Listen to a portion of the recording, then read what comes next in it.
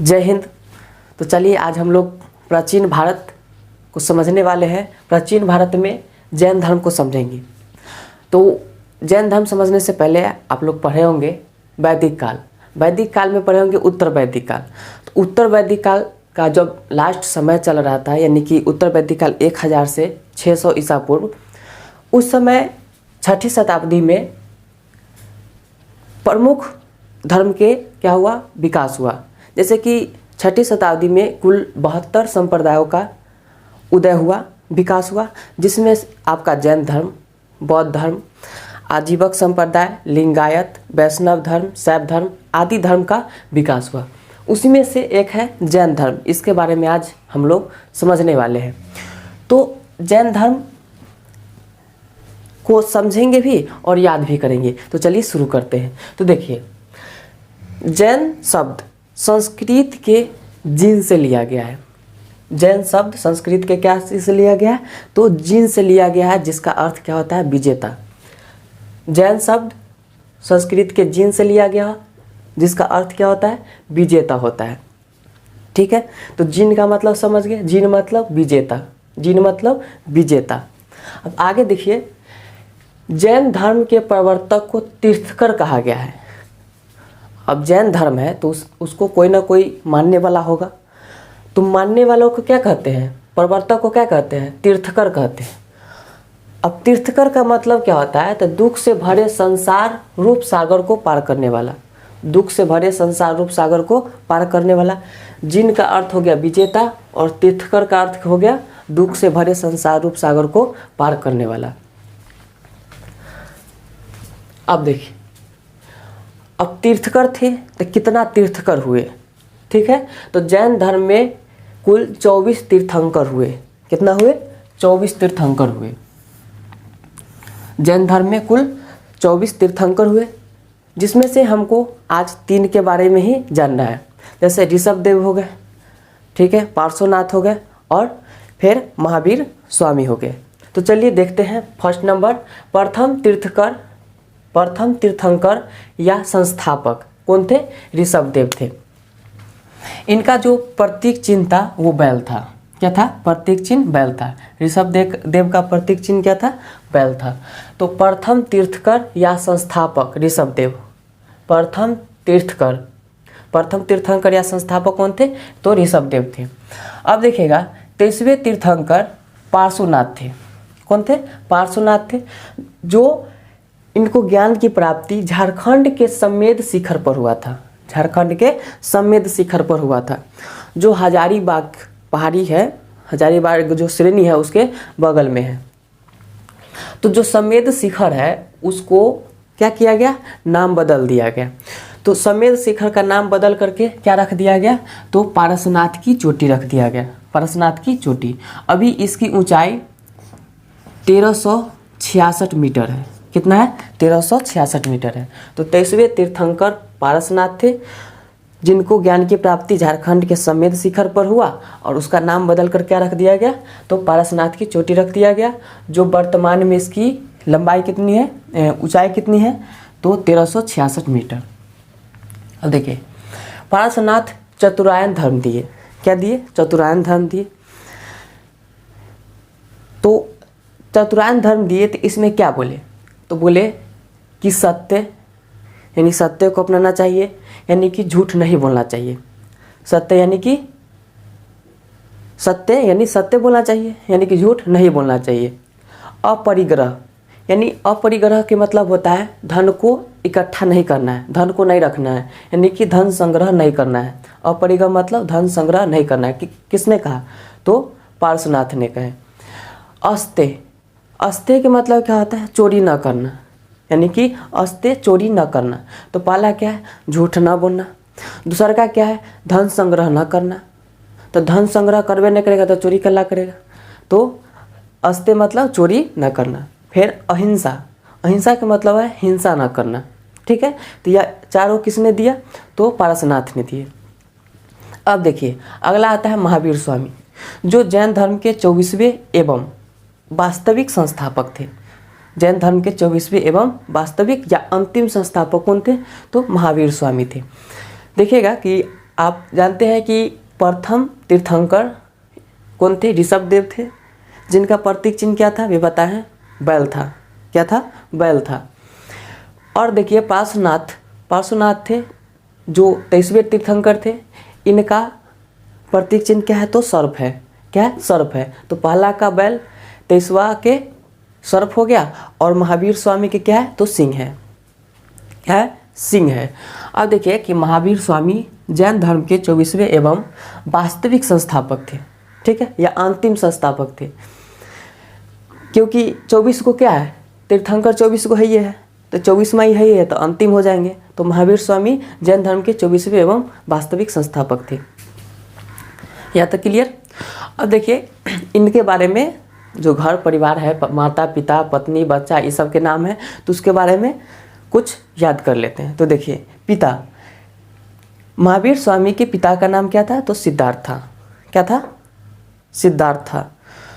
तो पिता का नाम सिद्धार्थ था, जो ज्ञात्री कुल के राजा थे। क्या? ज्ञात्री कुल के राजा। तो पिता सिद्धार्थ, माता त्रिशला।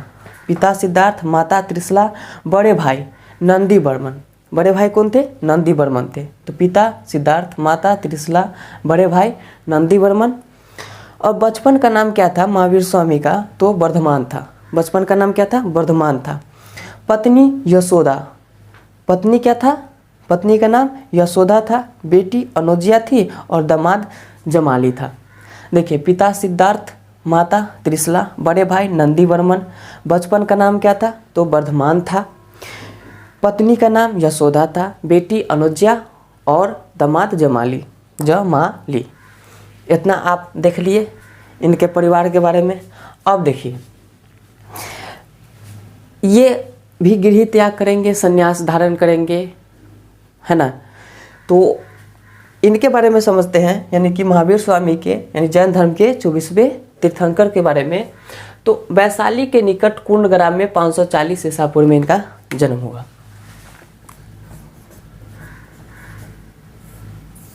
ठीक है, वैशाली के निकट कुंडग्राम में 540 ईसा पूर्व में 30 वर्ष की आयु में गृह त्याग किए। 30 वर्ष की आयु में गृह त्याग किए। किससे पूछकर? तो अपने बड़े भाई नंदी वर्मन से पूछ करके क्या किए? 30 वर्ष की आयु में गृह त्याग किए। तो 540 में जन्म, 30 वर्ष की आयु में गृह त्याग किए। 12 वर्ष के कठोर तपस्या के बाद, 12 वर्ष के कठोर तपस्या के बाद जाम्भी ग्राम, यहाँ ध्यान में रखिएगा, जाम्भी ग्राम साल वृक्ष। 12 वर्ष के कठोर तपस्या के बाद जाम्भी ग्राम साल वृक्ष के नीचे, जाम्भी ग्राम साल वृक्ष के नीचे जुजुपालिका नदी के तट पर इन्हें क्या हुआ? ज्ञान की प्राप्ति हुई।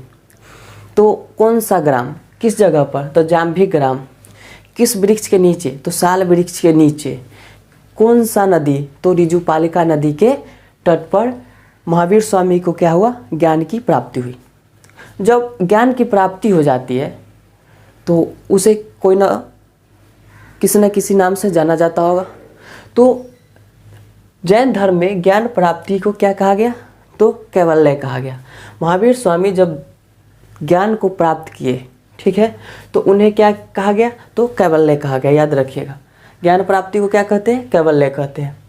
अब देखिए ज्ञान प्राप्ति हो गया तो किसी न किसी को तो सिखावे करेंगे, तो वो क्या देंगे? उपदेश देंगे। तो प्रथम उपदेश कहाँ दिए?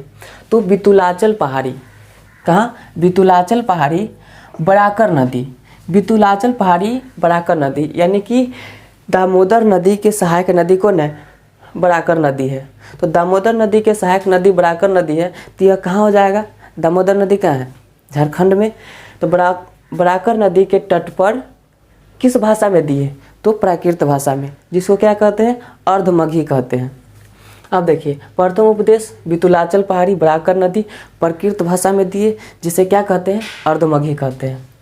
अब देखिए MS यानी महावीर स्वामी का प्रथम भिक्षु कौन था? तो जमाली था। जमाली कौन था? तो इनका दामाद था। देखिए जमाली कौन है?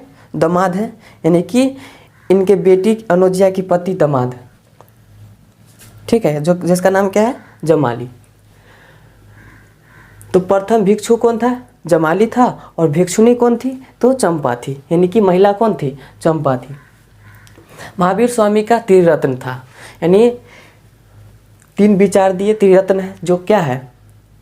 साम्यक, ये कॉमन ले लिए, साम्यक ज्ञान, साम्यक दर्शन, साम्यक आचरण। साम्यक ज्ञान, साम्यक दर्शन और साम्यक आचरण। साम्यक ज्ञान, साम्यक दर्शन और साम्यक आचरण। साम्यक ज्ञान, साम्यक दर्शन, साम्यक आचरण किसका त्रिरत्न है? तो महावीर स्वामी का त्रिरत्न है। ठीक है। अब देखिए महावीर स्वामी का उपदेश दिए हैं, इसके बारे में कैसे पता चला? ऐसा थोड़ी नहीं कि जिसको उपदेश दिए वो जिंदा रहा होगा, नहीं रहा होगा।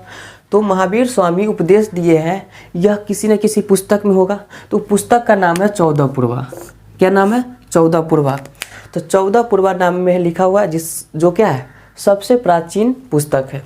तो महावीर स्वामी का उपदेश 14 पूर्वा में लिखा गया, जो सबसे क्या है? प्राचीन पुस्तक है। अब देखिए 40 में जन्म, 540 में जन्म, 30 वर्ष की आयु में गृह त्याग, 12 वर्ष के कठोर तपस्या में ज्ञान की प्राप्ति, 72 वर्ष की आयु में इनकी मृत्यु हो गई, जो 468 ईसा पूर्व पावापुरी में मृत्यु यानी यह निर्माण को प्राप्त हुए। तो 540, 30, 12, 72 और 468 याद रहेगा। अब देखिए महावीर स्वामी के 2 प्रिय अनुयायी थे। ठीक है। पहला था भद्रबाहु, दूसरा का क्या था? तो स्थूलबाहु। तो इसके बारे में कहानी भी है।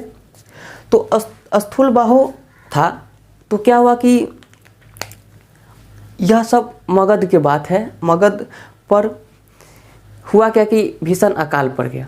तो मगध पर भीषण अकाल पड़ा तो उस समय मगध का शासक चंद्रगुप्त मौर्य थे। ठीक है, यानी कि मौर्य वंश का उस समय शासन चल रहा था। तो भद्रबाहु क्या किया कि वह अपने जो अनुयायी था उस सबको लेकर के कर्नाटक की ओर बढ़ा। उस समय जो चंद्रगुप्त मौर्य थे वो जैन धर्म अपनाए थे। तो वो भी क्या किए कि भद्रबाहु के साथ कर्नाटक चले गए, कर्नाटक के श्रवण बेलगोला के पास चले गए। तो वहीं जाकर के जो चंद्रगुप्त मौर्य हैं वो संलेखन विधि द्वारा उनकी क्या हो गई? मृत्यु हो गई। यानी कि चंद्रगुप्त मौर्य की मृत्यु कर्नाटक के श्रवण बेलगोला में किस विधि द्वारा? अन्न त्यागने से, यानी संलेखन विधि द्वारा उनकी मृत्यु हो गई। तो कौन गया था कर्नाटक? तो भद्रबाहु गया था।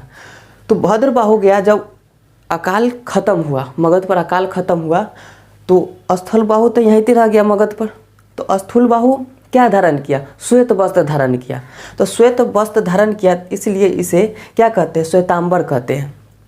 श्वेत वस्त्र धारण किया किसने? स्थूलबाहु, इसलिए इसे क्या कहते हैं? श्वेतांबर कहते हैं। तो स्थूलबाहु ने क्या किया? श्वेत वस्त्र धारण किया, इसलिए इसे श्वेतांबर कहते हैं। लेकिन जब भद्रबाहु कर्नाटक से लौटा मगध की ओर, तो वह क्या किया? निर्वस्त्र लौटा, यानी कोई वस्त्र पहनकर नहीं लौटा, यानी नंगा लौटा।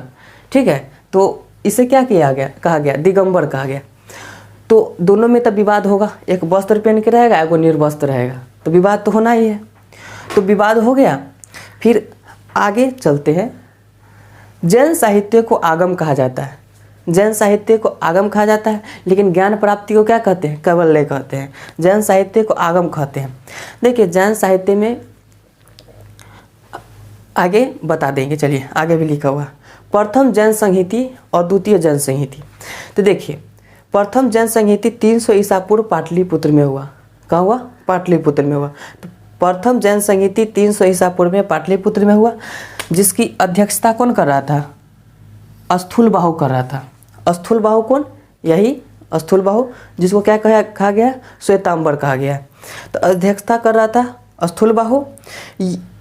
इस जो जैन संहिति हो रहा था ना, प्रथम जैन संहिति में उसी समय 12 अंग पुस्तक की रचना हुई। 12 अंग पुस्तक की रचना हुई। आगे द्वितीय जैन संहिति हो रहा था, यह 6ठी शताब्दी में हुआ। जैसे अभी बताया ना, उत्तर वैदिक काल 1000 से 600 ईसा पूर्व तक, उसी समय क्या हुआ? द्वितीय बौद्ध संहिति हुआ। तो 6ठी शताब्दी में यह हुआ। इसकी अध्यक्षता देवादी श्रवण कर रहा था। कौन कर रहा था? इसका अध्यक्षता देवादी श्रवण। इसमें 12 उपांग पुस्तक की रचना हुई। पीछे आप पढ़े होंगे कि जैन धर्म में लिखा गया है कि जैन धर्म को आगम कहा गया है। इसमें प्रमुख पुस्तक है 12 अंग 12 उपांग, अचरांग सूत्र, भगवती सूत्र, कल्प सूत्र, आदि पुराण, ये सब क्या है, इसकी पुस्तक है। ठीक है, लेकिन दो मुख्य है कि 12 अंग पुस्तक किस जैन संहिता में लिखी गई। तो 12 अंग पुस्तक प्रथम जैन संहिता में और 12 उपांग तो द्वितीय जैन संहिता में लिखी गई। प्रथम जैन संहिता 300 ईसा पूर्व और द्वितीय जैन संहिता 6ठी शताब्दी में यानी 600 ईसा पूर्व में। इसको आप याद कर लिए होंगे। जन्म 540, गृह त्याग 30 वर्ष की आयु में, 12 वर्ष के कठोर तपस्या के बाद ज्ञान प्राप्ति हुआ और 72 वर्ष की आयु में 468 ईसा पूर्व में इन्हें मृत्यु हो गई। ठीक है, इधर भी सही है। तो चलिए फिर मिलते हैं अगले वीडियो में, तब तक के लिए जय हिंद।